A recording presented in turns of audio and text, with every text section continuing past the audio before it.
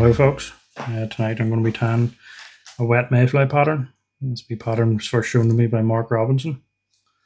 He's a brilliant fly tyer and an even better teacher. So this is a size 10 heavyweight wet hook, and I've got pale watery olive, and it's in 12-0. So I'm running that down to where the barb is, snipping it off. I'm going to get a dyed green pheasant tail. My trout haven't learned to count yet, so you want to take 6 to 8 fibres and hold them 90 degrees from the stem, and that should line the tips up, and just rip them off. If you put just 2-3 fibres on, you're going to lose them. So that's one hook length. I'd say that's about 1.5. We're just setting that up. 2 turns to hold it and 1 turn underneath. Coming in with my rib now. This is Glo-Brite number 12, and I've doubled it over. I'm just going to run it through the wax. Untie it in, and we're going to work our way up the body. Now, it doesn't matter too much what the body on this fly looks like, because it's going to be dubbed over. But it's good practice to try and keep it as thin as possible. So just come in, snip those away.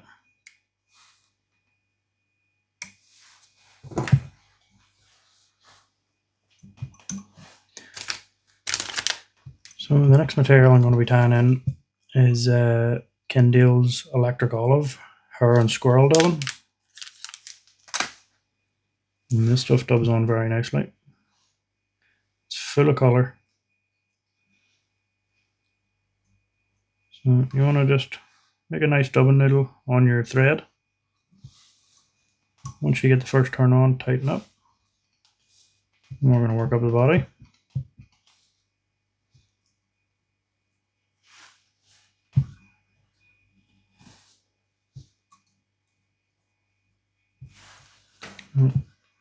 I want to leave myself plenty of room at the head for my hackles. So this is a half saddle, and this is dyed olive. It's a very pale olive, but it's nice for this fly. It maybe doesn't show up right on the camera, but it's a lovely colour. So we're just going to strip away any rubbish base, offer it up to the side. 2 turns of thread, fold the stalk back, a couple of turns to hold, and find your stalk.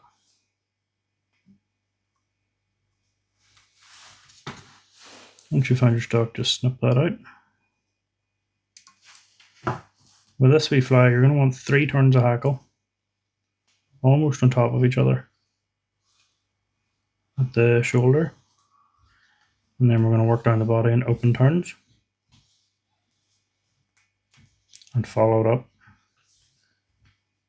with your rib.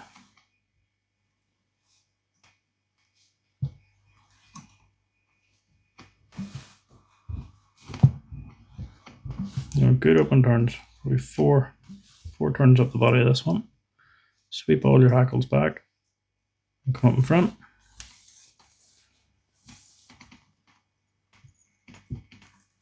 So that was just 2 turns of thread on top of the Glo-Brite, and then 2 turns on the shank. Snip that away. So you should be able to, if you tied it in tight, break that away.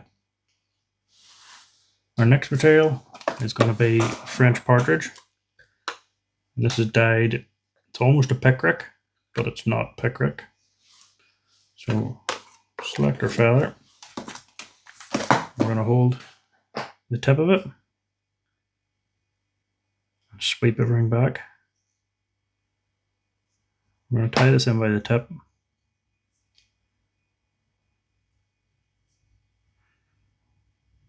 So you should be left with your feather that looks like that. Bit of wax on the thread. turns, fold it back, a couple of turns, and you need to find the tip.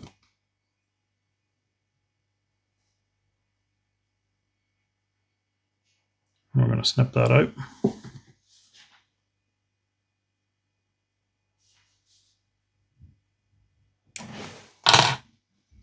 So with this French partridge, you want to sweep everything back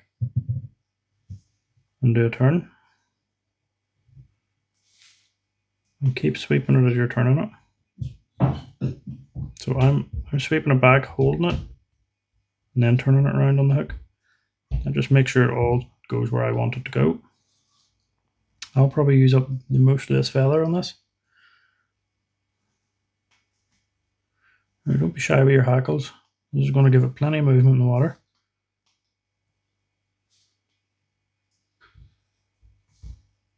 I'm going to keep going.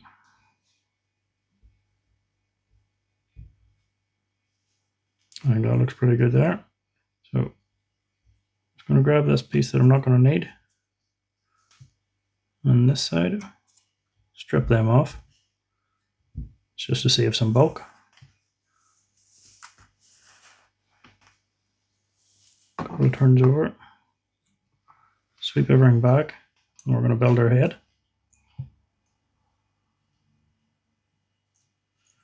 When you're building your head, you don't want to go mad with it. And always, if there's a wrap of thread goes somewhere you don't want, just take it off and go again. So it looks a bit wacky at the minute. Just going to snip that stalk out as close as we can. Just sweep everything back, push it forward. And we can come in with finish.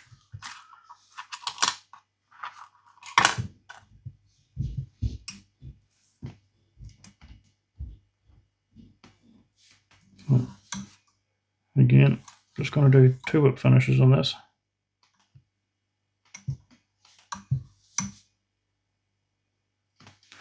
Pull it good and tight, and we're going to snip that away.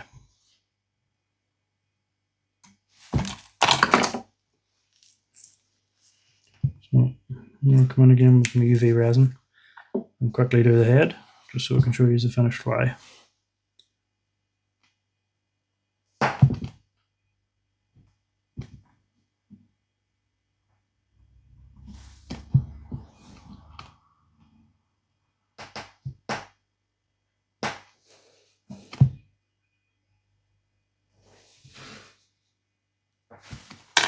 We can set that with a torch.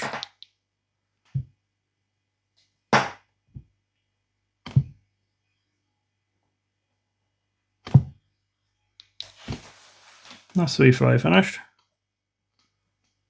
Just sweep everything back and run it between your fingers to get it sitting the way you want. Now that's a great wee fly. I've fished that plenty of times for rainbows when there's not even as much of as an olive about, and they'll take it. The movement that wee thing has in the water is just something else.